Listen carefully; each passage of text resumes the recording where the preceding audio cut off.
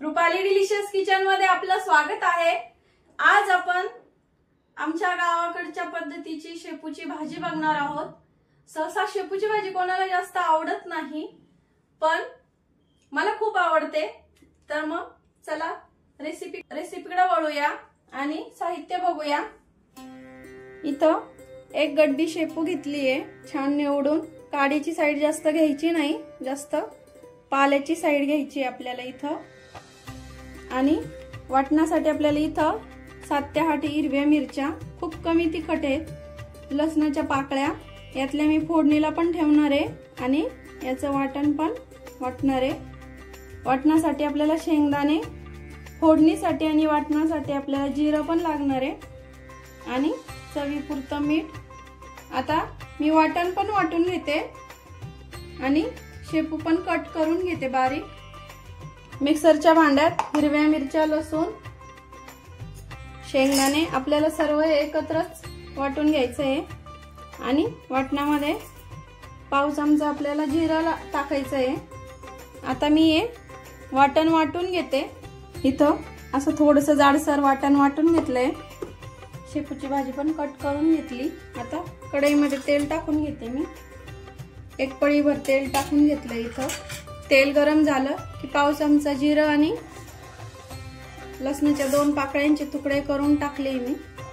आता हे छान फुलू द्यायचे आणि लसूण पण असं थोडासा ब्राऊन रंगावरती तळून घ्यायचं आहे आपल्याला। गॅस मीडियम केलाय। लसूण ब्राऊन रंगावरती यायला लागला की आपल्याला इथं शेपूची भाजी कट करून घेतली टाकून घ्यायची आहे। तेलावर छान परतून घ्यायची आहे शेपूची भाजी। आता तेलावरती आपली छान परतून झाली आहे। आता आपण जे वाटण वाटून घेतलंय ते टाकून घेणार आहे। आणि शेपूची भाजी पोटासाठी खूप चांगली असते, आवडत नसली तरी थोडीशी तरी खायची सवय असावी। आता मी थोडंसं पाणी टाकून थोडीशी आपली रस्सा करणार आहे। आता एवढं पाणी टाकून घेतलंय मी, जवळपास 1 ग्लास पाणी टाकलंय।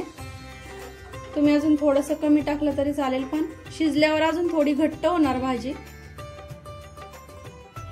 आता ही छान आधी उकळी फुटू द्यायची भाजीला आणि मीडियम गॅसवर 5 ते 10 मिनिटात भाजी अगदी छान शिजते। इथं मी आता चवीपुरतं मीठ टाकून घेते। शक्यतो पालेभाजीला आपण रश्याची जेव्हा करतो तेव्हा सगळ्यात शेवटी मीठ टाकायचं। ऑलरेडी पालेभाजीला थोडासा खारटपणा असतो, त्यामुळे सगळ्यात शेवटीच मीठ टाकायचं पालेभाज्यांना। आणि पालेभाज्यावरती झाकण ठेवायचं नाही, त्याचा हिरवेपणा जो असतो, हिरवेगारपणा तो राहत नाही झाकण ठेवल्यामुळे। आता झाकण न ठेवताच आपल्याला 10 मिनिटं शिजून घ्यायची आहे भाजी। 5 ते 10 मिनिटं झाले। आता 10 मिनिटात आपली छान भाजी शिजली आहे। गॅस बंद करते आणि सर्व करून घेते। शेपूची भाजीची रेसिपी तुम्हाला कशी वाटली कमेंट मध्ये नक्की सांगा।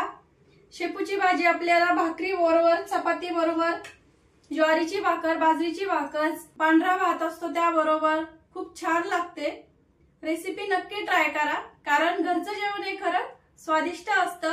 आणि कमेंट मध्ये नक्की सांगा तुम्ही कशी करता शेपूची भाजी। आणि रेसिपी आवडली असेल तर लाईक, शेअर अँड सबस्क्राईब करायला विसरू नका।